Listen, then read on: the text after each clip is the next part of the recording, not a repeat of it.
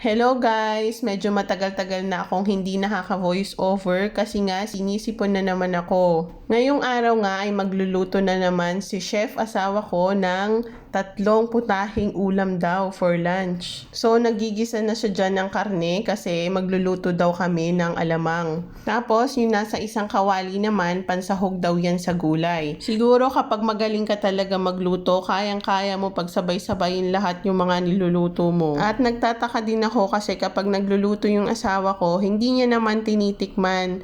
Natatansya na daw niya yung lasa. At yan, igigisa na nga namin yung sobrang pink naman ng alamang na to. Yung ibang alamang kasi, di ba, medyo light lang yung pagka-pink niya. Siguro ito na sobrahan ng food coloring. Pero guys, alamang pa din yan. Masarap pa rin yan panggisa, lalo na kapag may mangga. Parang nakakatakam tuloy.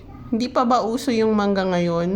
Meron kasi December. Naalala ko kasi kapag December, marami din mga mangga sa probinsya. Yung Carabao Mango, kaya lang yung maasim. Pero yun naman yung masarap guys, diba? Yung maasim-asim na mangga, tapos may sausawan na ganyan. Pwede din pala guys, no, yung alamang sa singkamas. Naalala ko dati nung elementary ako, may nagtitinda ng singkamas, tas may alamang. Masarap din. So yun, nilagay na nga namin yung gulay. Pakbet yan guys, pero toyo yung ilalagay namin. Hindi katulad sa probinsya namin kasi Ilocano kami, yung ilalagay namin dyan is alamang naman. Ang tawag doon is bulanglang. Pero dahil Bisaya nga si chef, toyo yung nilagay niya kasi yun daw yung nilalagay doon sa kanila. Yan guys, medyo umiiba na yung kulay ng alamang. Ang sarap talaga, ang bango ng amoy. Kaya naman din kami napaluto ng gulay at saka ng alamang kasi meron kaming binabad na karne sa ref, tapos sayang naman. So yung iba iihawin daw ng asawa ko. Ayan, luto na yung alamang natin. Para lang siyang corned beef, diba?